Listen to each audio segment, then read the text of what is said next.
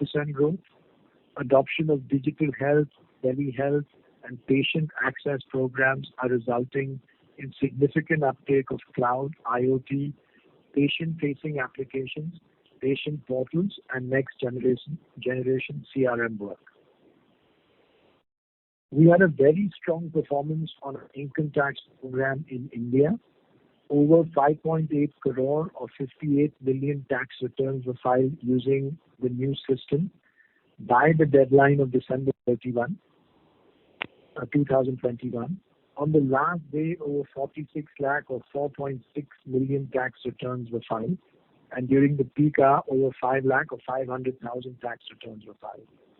We are proud to be supporting the digital strategy for India and for the government, and working on this program for future modules that will be developed.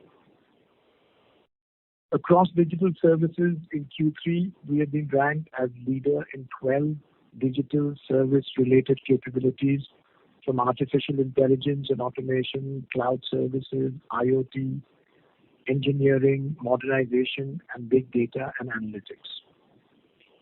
The strong overall performance stems from 4 years of sustained strategic focus on areas of relevance for our clients in digital and cloud, continuing reskilling of our people, and deep relationships of trust our clients have with us. With this strong momentum in the business and the robust pipeline, we are increasing our annual revenue growth guidance from 16.5% to 17.5%, moving up to 19.5% to 20% in constant currency. Our operating margin guidance remains at 22% to 24%.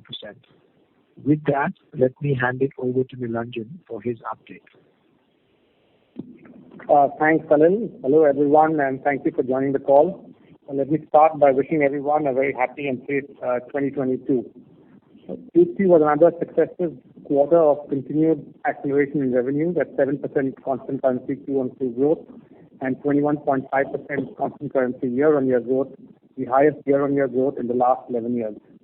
Despite the Q3 seasonality, we registered strong broad-based growth across geos and verticals. Our largest geography, North America, grew at 21.4%, while growth in Europe accelerated to an impressive 27.2% year-on-year in constant currency terms. Retail, communication, manufacturing, and life sciences also saw 20% or higher year-on-year growth in constant currency. We won 25 large deals, and large deals being those with over 15 million TCV, totaling $2.5 billion of TCV, 6 in retail, 5 each in financial services, communication, and energy, utilities, resources, and services, 2 in manufacturing, and 1 each in high-tech and life sciences.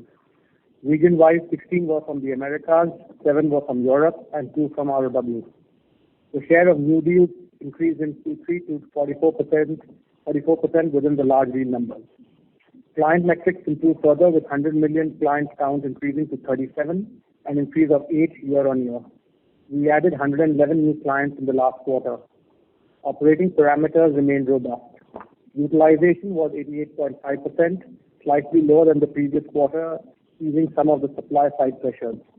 On-site effort mix inched up marginally to 23.8%. Q3 margins remained resilient at 23.5%, a marginal drop of 10 basis points versus previous quarter. The major components of the sequential margin movement were as below. 80 basis points impact due to comp hikes and promotions and other employee interventions. 40 basis points impact due to the utilization decline. These were offset by about 20 basis points benefit due to the rupee and other cross-currency movements, 50 basis points benefit due to cost optimization, and another 40 basis points benefit due to SG leverage and other one-offs included therein. Q3 EPS grew by 11.2% in dollar terms and 13.1% in rupee terms on a year-on-year basis.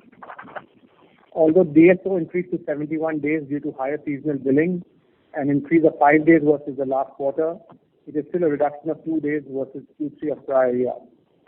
Free cash flow for the quarter was healthy at $719 million. Free cash flow as a percentage of net profit was 93% for Q3 and 104% for the 9 months to date. Yield on cash balances improved to 5.29%. compared to 5.13% in Q2.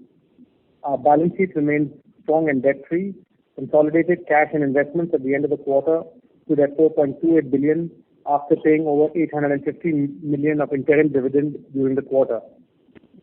Return on equity increased further to 30.4%, an increase of 3% over Q3 of the prior year, driven by robust performance and consistent capital returns through share buyback and increased dividend payouts. On the employee front, voluntary long-term 12-month attrition increased to 25.5%, and as Salil commented, while LTM attrition continues to increase due to the tail effect, quarterly annualized attrition was flattish compared to Q2. We will continue to invest in all aspects of talent retention, including compensation, promotion, skill incentives, learning, and career progression. We have also simultaneously increased the pace of hiring, talent reskilling, and the usage of subcons to prevent any impact on client commitments. We have added over 12,450 employees, talented employees on a net basis in the last quarter, which is the highest ever. Our global college graduate hiring program for this fiscal has been increased to over 55,000 versus the previous quarter number of 45,000. In India, over 93% of Infosians have received at least one dose of the vaccine. Over 90% of our employees globally are presently working in a remote environment due to the heightened precautions against the new variant. Driven by robust demand environment and our continued market share gains, we are further increasing our revenue guidance for FY22 to 19.5 to 20% in constant currency terms from 16.5 to 17.5 earlier, and the margin guidance remains unchanged at 22 to 24%. With that, we can open the call for questions. Thank you very much. We will now begin the question and answer session. Anyone who wishes to ask a question may press star and one on the touchtone telephone. If you wish to remove yourself from the question queue, you may press star and two. Participants are requested to use handsets while asking a question. Anyone who would like to ask a question, please press star and one at this time. Ladies and gentlemen, we will wait for a moment while the question queue assembles.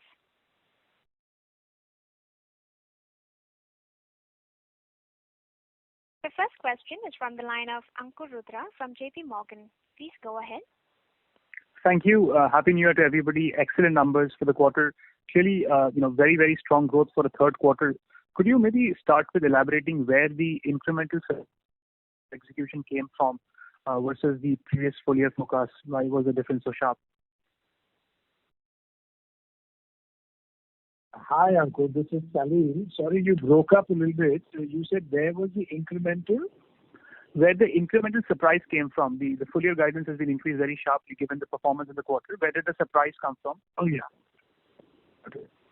So there, I think what we are seeing in the quarter and then all through the year is the demand environment remains extremely strong, and then more and more traction on the digital and the cloud programs. This is where we saw the most impact in the quarter in Q3, where we had this really strong growth of 7%, and therefore the overall guidance jumping up by 3%. In terms of verticals, as I was sharing earlier, it's really broad-based. Of course, we have very strong momentum in manufacturing. That was something that we were looking forward to. There's also good momentum that we are seeing in financial services, given it's our largest vertical, and in life sciences that I described before. Retail is starting to come back nicely as well. As Nilanjan mentioned, Europe again was standout. Those are some of the elements that gave us a good outcome in Q3, and then the support for expanding the margin for the full year. The guidance for the full year. Thank you, Salil. Salil, the growth trajectory has continued on a year-over-year basis for the last 6 quarters. Sorry to interrupt you, Mr. Rudra. Your voice again, it was breaking. Apologies. Let me try again. If you can hear time. Growth trajectory. I'm afraid, sir, your voice is not clear. I would just request you to please check your phone line and rejoin the queue. In the meanwhile, we'll move to the next question, which is from the line of Moshe Katri from Wedbush. Please go ahead. Hey, thanks. Happy New Year and congrats on very strong results. One, I know this is, we just reported Q3, but are you ready to talk a bit about the entire calendar year down the road, 22? What's changed in terms of visibility? Maybe, I guess the biggest question is going to be if this is sustainable down the road, and what can you talk about in terms of color to give us that comfort? And then on top of that, maybe you can talk a bit about some of the cushion and margins and what sort of levers that you have in the model, especially as some of the bench continues to benefit from the off-campus recruiting that's been pretty robust. Thanks a lot. Thanks, Moshe. This is Salil. I'll start off with the first part, and then Nilanjan will comment on the margin levers. Of course, as you reference, we have guidance through March 31 of this year. The color for this calendar year, broadly, we see the demand environment remaining strong. The client budgets are looking good. Our overall pipeline is the largest we've had in a very long time. The number of large deals that we were able to close, that Nilanjan shared, 25 large deals, each over 50 million for a total of 2.5 billion. And 44% of these are net new. So all of those things are giving us good confidence for what we see going ahead. Of course, we will have our guidance for our financial year in April. Nilanjan, over to you, please. Yeah, thanks, Salil. Hi, Moshe. So on the margins, like I mentioned earlier, they were quite resilient for the quarter. I think a couple of things I just want to call out. Of course, in armory of cost levers, whether it's the on-site offshore mix, it's the pyramid, whether it's automation. Of course, these are something which we continuously deploying. Going ahead, of course, subcon cost for us has really ramped up, and that's one area we will continue to look ahead. The other thing is, of course, pricing, and it's important to talk about that as the higher costs are now feeding into our new deals, etc. I think that should hopefully have a benefit. And of course, as digital talent starts getting priced in, we are able to show value to our clients in terms of the digital transformation. Now, again, this is something we have started recently. It will take time to kick in, and we talked about it in the last quarter as well. But really, that is the focus which we can start getting into both our cost side and also making sure that we are not leaving any free cents and dollars on the table as part of our pricing negotiations. Thanks, guys. Good luck. Thank you. The next question is from the line of Kumar Rakesh from BNP Paribas. Please go ahead. Hi, good evening, everyone, and thank you for taking my question. Congratulations on great set of numbers. My first question, Salil, was around going into this calendar year. So one of the largest peers of ours have indicated a very strong growth to continue through this year. So looking at our portfolio of capabilities and offerings, do you see that we are well aligned to meet or beat their growth numbers, or do you see that we need some intervention to build up our own capability to continue this strong growth going ahead?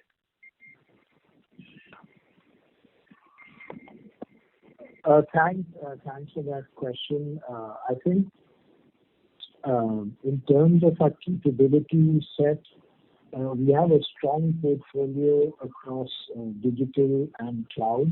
Our Cobalt set of capabilities is resonating extremely well with our clients. We see the growth in digital really a reflection of the focus we've had on making these choices over the past 4 years and positioning the portfolio for where the clients are most looking for work. We also see the cloud capability faster growing than our digital capability. So yes, we are well positioned to benefit from this. In addition to that, we have a strong set of capabilities in automation, in modernization. We've even seen, of course, services, which is now stable this quarter in terms of growth. It's not shrinking.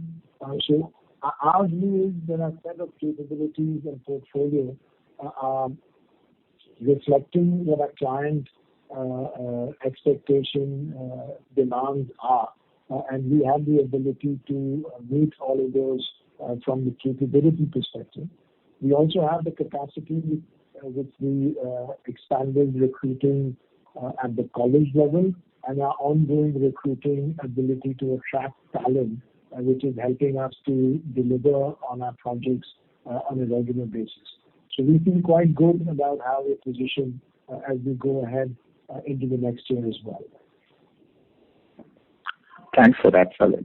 My next question was around the margin guidance plan, which we have 22 to 24%, and currently we are trending towards the upper end of that. So how should we see that?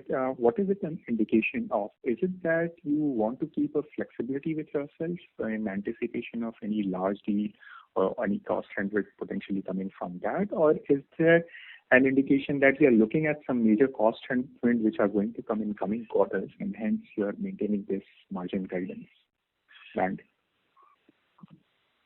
Yeah, so I think the margin guidance for us is really a comfort range within which we operate. So we really don't, fine-tune that as the year progresses. So this is a band which we are happy to be in.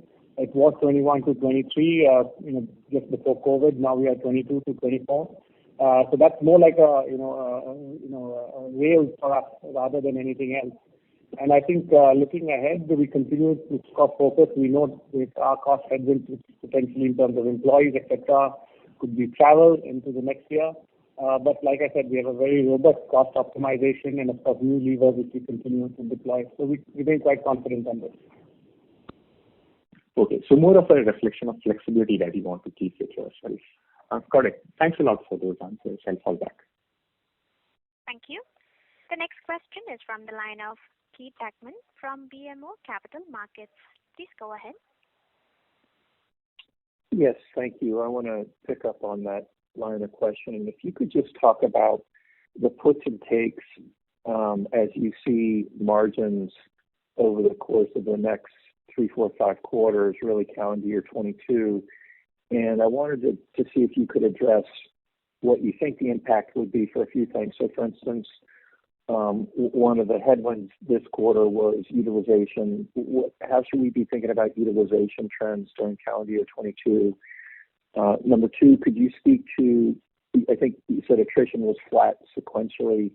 How do you think about attrition trends over the course of calendar year 22? Do you think that they can move lower, or is the market such that demand's so strong that attrition will probably remain elevated?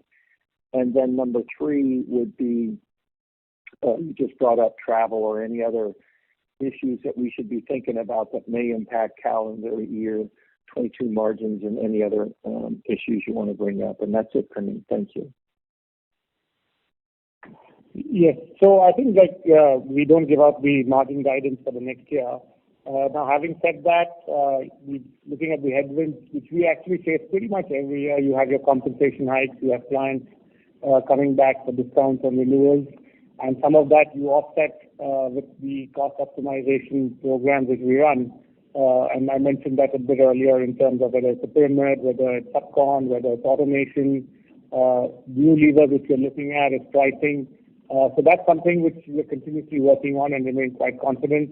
Of course, travel is one thing which is quite unknown at this moment in terms of when does it come back. Even if it comes back, does it come back to pre-COVID levels, or does it stay at a slightly lower level? So we'll have to watch out for that, really. In terms of attrition, I think it's a larger industry issue. It's not peculiar to us. And fundamentally, I think it's largely stemming from that the volume increase for this industry fundamentally has to come from freshers, right? Otherwise, it's a zero-sum game in terms of somebody else's attrition is my lateral and my attrition is somebody else's lateral. So as long as the fresher intake starts increasing, because first they have to come into training, then they go into production after 3 or 4 months, and that will take time for this industry to start absorbing. And I think that's something which will help with the attrition in the medium term. And like I said, we have seen attrition flattening sequentially on a quarterly annualized basis. And looking ahead, we are seeing some positive signs, but it's too early to say whether it will dramatically come down. But like I said, as freshers feed into the system, we should see the overall environment in terms of attrition in the market really working. Okay. But any comments specifically on is utilization you think a help or a hurt or neutral, just broadly? And as part of that, I noticed your offshore percent of labor increased year over year. Is that also a trend that you think continues given the dynamics in front of you? And I will see the floor thereafter. Yeah. So in terms of utilization, of course, this is higher than what we would normally like to be. We would rather operate at sort of an 85-86%. But having said that, even if we bring this down in the future, in terms of cost, it's largely offshoring, because all the effort is, 75% of our effort is sitting there. So utilization doesn't directly link to the margin because of the way the offshore costs operate. So that's one factor. I think there was a second question on-site offshore. I think in the long run, if you see, I think COVID, while it had this huge impact on demand, I think the entire ability for this supply side to be delivered in a remote environment really, for me, will shine out, because really that has opened up the eyes of many of our clients that really every sort of work doesn't have to be done near shore. It can be done, on site. It can be done in near shore locations. It can be done offshore. And I think the beauty of that is, secularly, we believe this will help the industry in much more larger offshoring at an overall level. And of course, part of that benefit will be more shifting more work to offshore locations. So I think this is a good sign. I think there can be short-term impacts like we see this quarter, 10, 20 basis points here and there. But the secular trend, we think, will continue to see that the large labor markets available in India will open up a lot more of offshoring opportunities. Terrific. Many thanks. Congratulations. Thank you.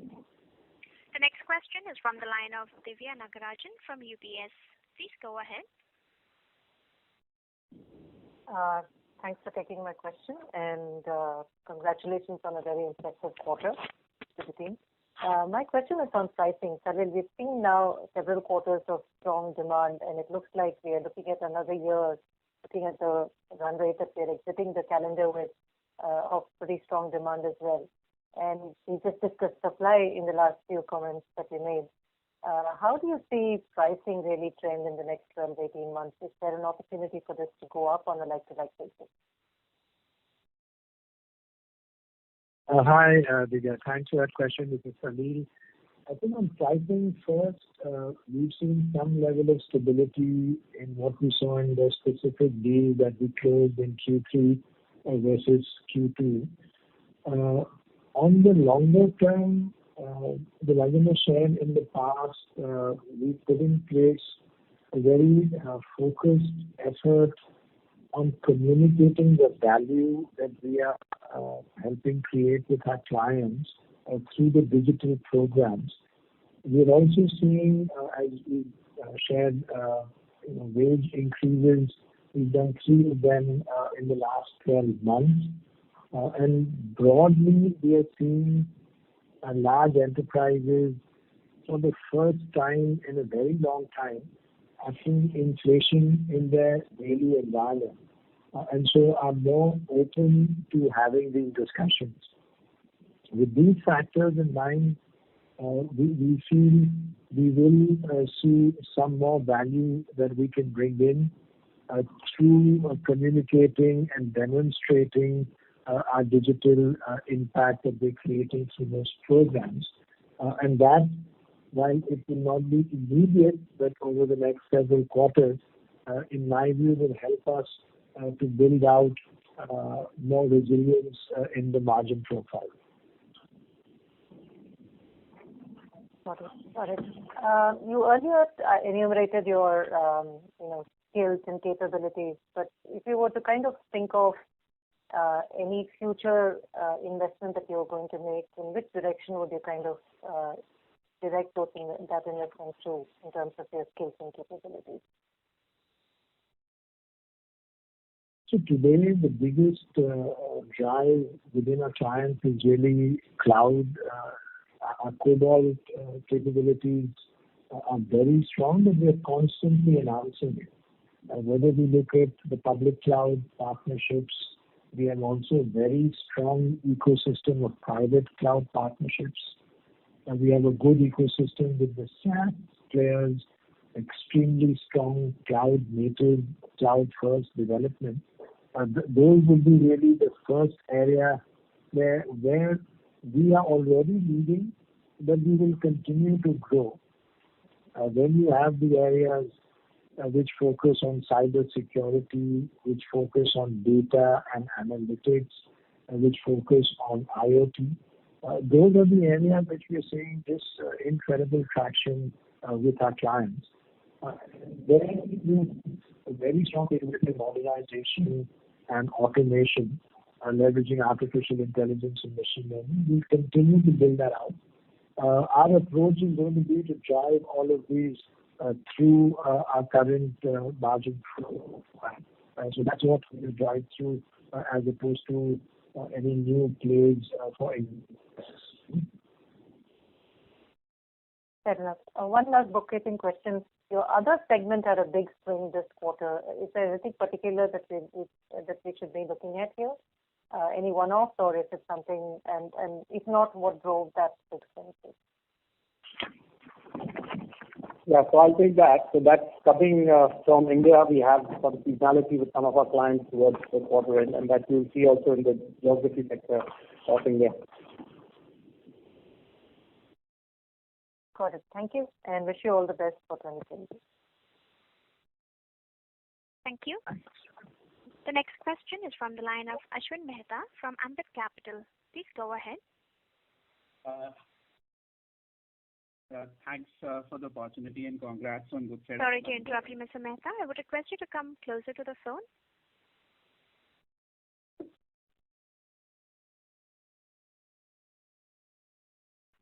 Sorry, can you hear me better? Yes, this is better. Please go ahead. Yeah, I had one question on the third-party bought-out items for service delivery. That item seems to have gone up by almost $71 million this quarter, almost 1.8% of revenues. So just want to check what does this pertain to, and is it possibly related to the data center takeovers that we would have done in some of our large deals?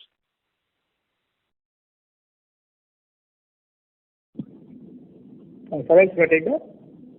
Yeah, please go ahead. Yeah, so I think as we're looking at many digital end-to-end transformations, whether it's IT as a service, full stack transformations, these involve infrastructure, SaaS, data. So it's a full stack transformation, and in many cases these involve infrastructure and software as well. So these are bundled deals, which are end-to-end transformations, and we think they're very, very important as well going ahead when we look at these digital transformations. So I think as part of our overall deal profiles, we continue to see these deals giving us increased visibility into the organization IT infrastructure and allowing us future deals ahead once we are pretty much front and center in the IT landscape. So that's what these are.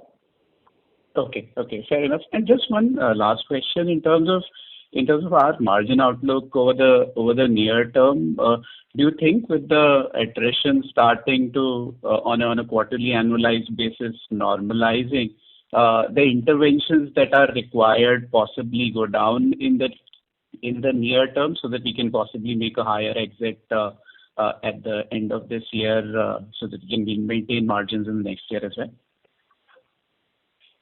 Yeah, so like I said, we haven't seen a decline as yet. These are flattening, and we probably will start inching up. So we will continue to do what it takes to invest behind our employees because we know this is more than the comfort range which we'd be happy in. So I think it's premature to say when this will really come off. But as of now, we are focused on doing all these interventions. This quarter itself, like we mentioned, 80 basis points of our margin was behind these employee interventions. Okay. Thanks a lot. Congrats again and all the best.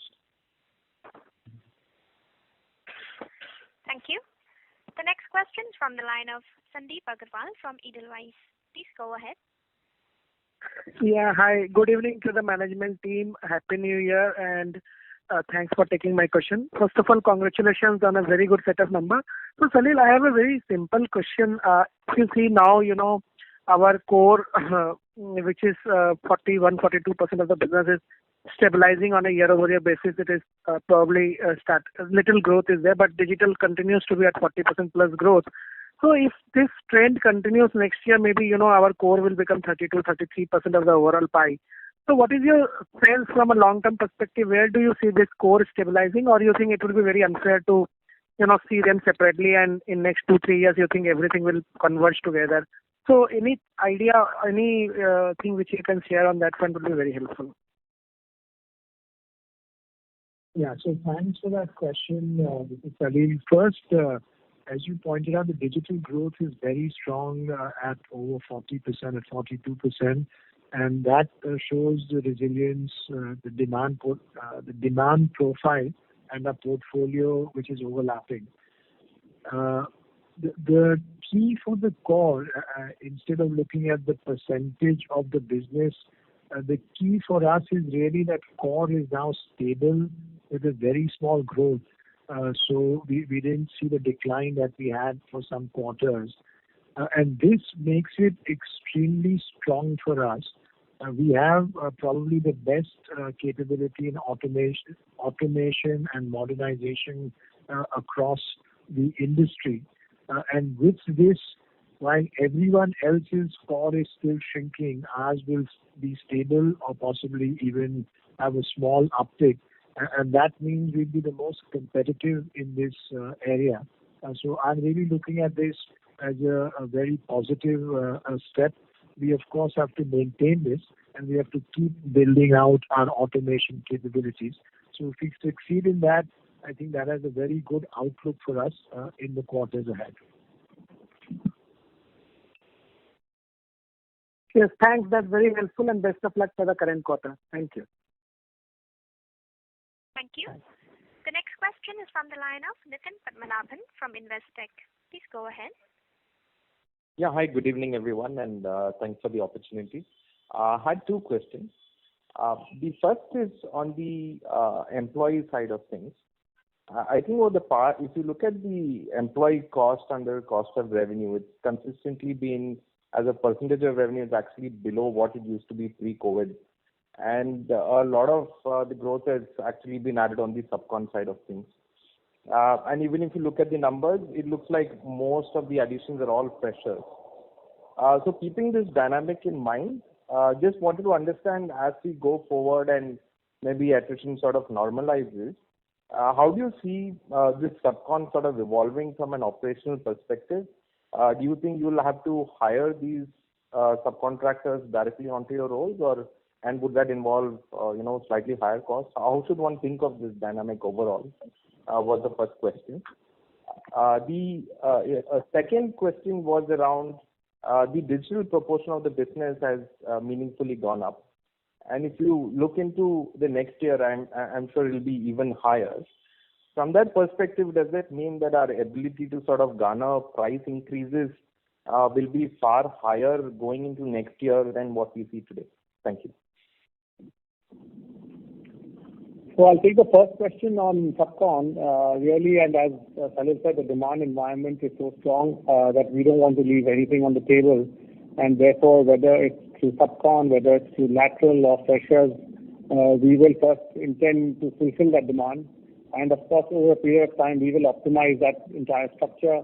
So whether it is programmed to rehire some of these subcon, some of them we will, of course, elapse and they will get new lateral hires, some we will promote from within. So that dynamic will play itself out over the next year. But at the moment, it's critical that we don't leave any demand on the table. And of course, this will remain a optimization lever for us. We were one of the lowest in the industry at about 6.9 pre-COVID, and we are, I think, above 11% now. But this is a lever we will have over the medium term to optimize. Amit? On the pricing, as the digital work will increase, what we have been putting in place, which is demonstrating to our clients the value creation through digital will give us a larger opportunity for that, because the revenue will be larger. So I think your assumption is absolutely valid. We will have an additional ability to do that as long as we execute on that value. So perfect. Thanks for that. Just a clarification on the first answer. So on the first one, considering fresher additions are so strong this year and subcon is so strong, does it mean that next year our ability to add as many freshers will be a little more inhibited, in the sense that we'll need to focus a little more on laterals next year? Is that a way to think about it? No, I don't think so. I think we will continue to have a very robust fresher program. It's always been there. We have an strong internal rotation program, so people will, based on the skills they taking through our reskilling program, we will move them to new projects, promotion. So in that sense, we think it will be a combination of both laterals and freshers as well. I don't think we see any change in that. Fair enough. Thank you so much, and all the very best. Thank you. The next question is from the line of Sandeep Shah from Equirus Securities. Please go ahead. Yeah, thanks for the opportunity, and congratulations on a solid execution both on revenue and margins. The first question is, CY21 or FY22 had a benefit of mega deal wins, especially from Vanguard as well as Daimler, as well as some amount of pent-up demand for you as well as the industry. So the question is, entering into next year, do you believe that these elements one has to take care in terms of tapering of any growth in the next year, or you believe the digital adoption journey, cloud adoption journey has a low penetration, which does not make us upset in looking in the next year in terms of the growth momentum as a whole? So thanks for the question. For first, the guidance increase, as I'm sure you've seen, is for the year ending March of this year. We are not yet commenting in terms of quantitative guidance for next year. What is clear, nonetheless, is the demand environment remains strong, and our portfolio of services and capabilities, especially on cloud and digital, are resonating well with clients, and we see a good pipeline for that. Our large deals in this quarter are also very strong. We continue to see a good large deals pipeline. We've seen a steady expansion of our clients over 50, 100, 200 million and so on. And so we see that expansion within clients is working very well as well. And also our new client wins, new accounts are working well. So overall, we have the various elements of continuing this demand environment strongly. But we don't have a specific guidance yet for April 1, 22, year starting in April 1, 22. So fair enough. And this last two bookkeeping question, the way I look at is Daimler deal has two legs to ramp up. One being the rebadging and employee-related ramp up, and second being the pass-through data center-related ramp up. Is it fair to say that most of these two legs ramp up is largely behind, or may continue in Q4 as well as 1Q of next financial year? And second, in terms of FY22 wage hike, is it largely over, or something is due in the fourth quarter as well? On the Daimler, we don't have any more specific. I can understand what you're looking for, but we have not gone into that specific now with Q3 and Q4. The overall guidance increase of the revenue covers all of that, including Daimler and many other clients, and especially with Q4 in the seasonality of that quarter. In terms of salary and compensation increases, we have done 3 of them for this year. There is nothing specific that is planned for Q4. We will start to look at what we will do in the next financial year that will come up, but nothing specific is being planned in Q4. Okay. Thanks and all the best. Thank you. The next question is from the line of Manik Taneja from JM Financial. Please go ahead. Hi, thank you for the opportunity. Just wanted to understand, we've seen a significant increase in offshore mix of revenues over the last 18 months, and this quarter saw a slight aberration. What caused that, and how do you see this metric going forward? Thank you. So there, this is Salil. The mix has changed over the last 18 months with a lot of the remote working that was put in place, work from home, allowing the work to be delivered from a different location with tremendous ease and efficiency. What we saw in the last quarter was a little bit things that opened up in terms of travel, will also being extremely optimal in what we have done in the previous quarters. And this is something that has given us more ability to drive connects with clients and growth. We see in the medium term a tremendous opportunity for an efficient mix, because clients have also seen that once the work is done remotely or work from home, that more opportunity exists for that work to be done from a location further away.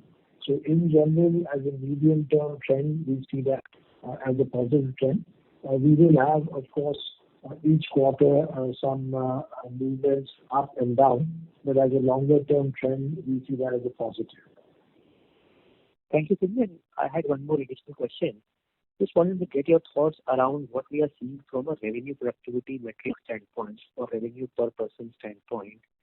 And while there is significant amount of offshore shift over the last 18 months, we have seen utilization go up. So what's causing the increase in revenue productivity despite the significant offshore shift that we've seen over the last 18 months? If you could talk about some of the factors that are driving that. Thank you. On the revenue productivity, there are a number of things that are going on. We see some of the mix of our work, which is also changing more to digital. And there we see much more revenue productivity coming in. As you pointed out, utilization has also gone up. We're also seeing some of our work, for example, on the consulting side, the data and analytics side, growing really well, and that's giving us some level of a boost. There is also some impact which we've not quantified externally on leveraging some amount of automation and platforms that gives us this benefit. So there are several factors which then work despite the mix, onshore-offshore mix changing. Sure. Thank you, and all the best for the future. Thank you. The next question is from the line of Ruchi Burde from BOB Capital Markets. Please go ahead.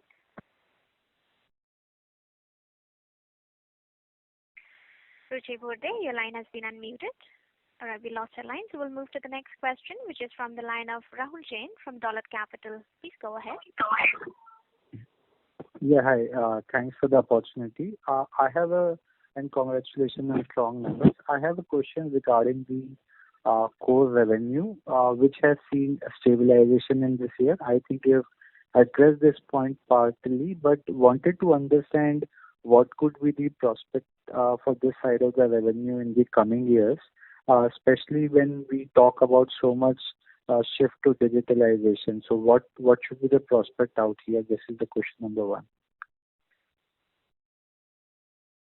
So there, we have no individual guidance for digital or for the core in that sense, which is even for Q4 or for the next financial year. But structurally, what is clear is we have been successful in driving automation and modernization well to make sure that we are probably the most competitive large player in the market working with large enterprises. We've seen several examples of consolidation across firms. We continue to execute because it's an ongoing activity. Automating is one line thing for us. If we can continue to execute on that, my view is we will aim the most competitive, and that will have its own benefits in the medium term. Right. Appreciate the color. One more thing on the taxation part. Our tax rate, steadily has been upwards of 27% on an average. This looks a little higher given the kind of country that where most of our earnings belongs to. So, any flavor you can share in terms of what should be the ideal tax rate on a sustainable basis and in near term? Yeah, so I think our tax rate has always hovered around this 27-28% range. And I don't think you'll see much movement going, against it, because any case, as you know, the India only range, because it is India only plus countries which have India, that's at 25% India only. So I think in the long run you will be around this range itself. Also, which region profitability is or tax rate are much higher than the 25% rate also for taking this number higher than the average for India itself? Yeah, so we can't give that individually, but there are some jurisdictions and also in some jurisdictions where those tax cannot be set off here as well. So it's a combination of both. Okay. So if we are not able to set that off, that result in double taxation in two jurisdiction. That is also a reason. Okay, got it. Thank you so much. Thank you. The next question is from the line of James Friedman from Susquehanna. Please go ahead. Hi, let me echo the congratulations. It's Jamie at Susquehanna. I just had one simple question, perhaps for Nilanjan. Can you remind us what the capital allocation strategy is? I remember you had put it out, I think, at the Analyst Day in November 2020, but where is share repurchase in the prioritization? Thank you. Yeah, so what we had announced in FY20 basically was that we had taken our capital allocation to 85%. It was 70%. And we said that we will pay this out over a period of 5 years through a combination of progressive growth-oriented dividend policy plus either share buybacks or one-off special dividends.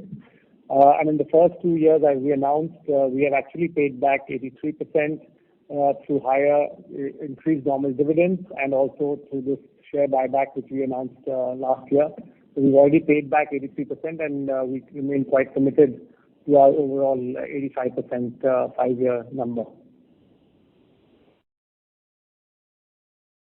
Got it. Thank you so much. Thank you.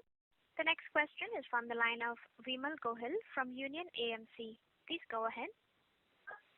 Yeah, thank you for the opportunity and congratulations on a great quarter. My question is on your employee cost, which partially has been addressed. But how should we think about the core employee cost growth, which comes under the cost of revenue, which has been around 4% CQGR over the last over Q1 of FY21 versus a 6% revenue growth. And this has been in light of a very sharp increase in attrition and of course other supply challenges and etc. So if you could just highlight, how has the company sort of, are our wage hikes in line with the industry or have they been much higher than the industry? How should we think about this historically? And if you could give some kind of an outlook over there as well. Thanks. Yeah, so you have to see both employee costs and subcon together. So the cost of people is a combination of both. You can't see one in isolation. That's number one.